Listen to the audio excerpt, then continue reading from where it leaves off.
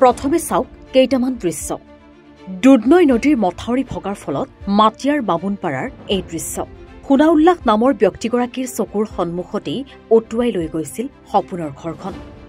কেৱল ঘৰেই ভঙা নাই, ভেটিৰ মাটিখিনিও খান্দি লৈ গ'ল পানীয়ে। কেৱল সোণাউল্লাহৰে নহয়, নৈপৰীয়া প্ৰায় 14টা পৰিয়ালৰ এই দুৰৱস্থা। ঘৰৰ আচবাব, বিচনাপত্ৰ, বাচন বৰ্তন, কাপোৰ কানি, ধান চাউল একো বচাব নোৱাৰিলে পৰিয়ালে। কোনোমতে নথি পত্ৰখিনি লৈ চাই থাকিল নিজৰ ঘৰখন ধ্বংস হোৱাৰ কৰুণ দৃশ্য। দুধনৈ নদীৰ মথাউৰি মেৰামতি নকৰিলে ইয়াতকৈ ভয়াৱহ পৰিস্থিতিৰ সৃষ্টি হ'ব অঞ্চলটোত। মন্ত্ৰী পীযুষ হাজৰিকাই পৰিদৰ্শন কৰাৰ পাছতো মেৰামতি নহল দুধনৈ নদীৰ মথাউৰি। এই অভিযোগ উত্থাপন কৰিছে স্থানীয় ৰাইজে। শীঘ্ৰে মথাউৰি মেৰামতি কৰাৰ দাবী জনাইছে স্থানীয় ৰাইজে। ক্ষতিগ্ৰস্ত পৰিয়ালক ক্ষতিপূৰণ দিয়াৰো দাবী ৰাইজৰ।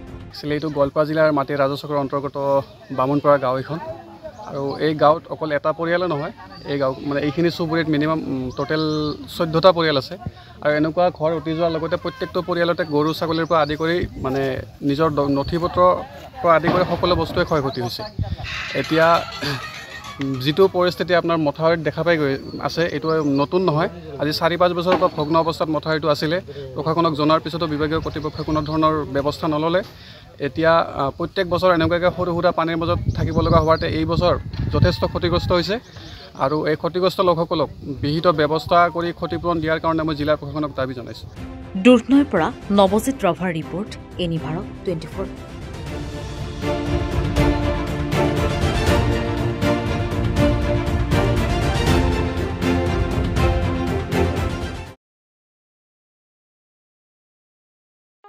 ৰব, আপুনি যে এটা অপৰাধ কৰিবলৈ গৈ আছে, আপুনি জানেনে? এই নাবালিকা গৰাকীক এতিয়াই বিয়াত বহোৱাটো যে এটা অপৰাধ, আপুনি জানেনে? অপৰাধ কেনেকৈ?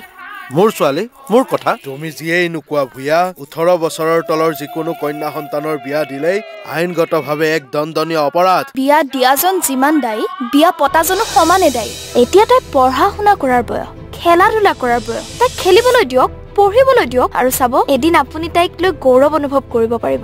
এতিয়াই তাইক সংসাৰৰ বোজা দি তাইৰ ভৱিষ্যত জীৱনটো অন্ধকাৰ কৰাৰ অধিকাৰ তোমাৰ জানো আছে? মোৰ ভুল হৈ গ'ল মাজনী, মোক ক্ষমা কৰিবা। শিক্ষা ল'ৰা ছোৱালী উভয়ৰে প্ৰাপ্য আৰু অধিকাৰ।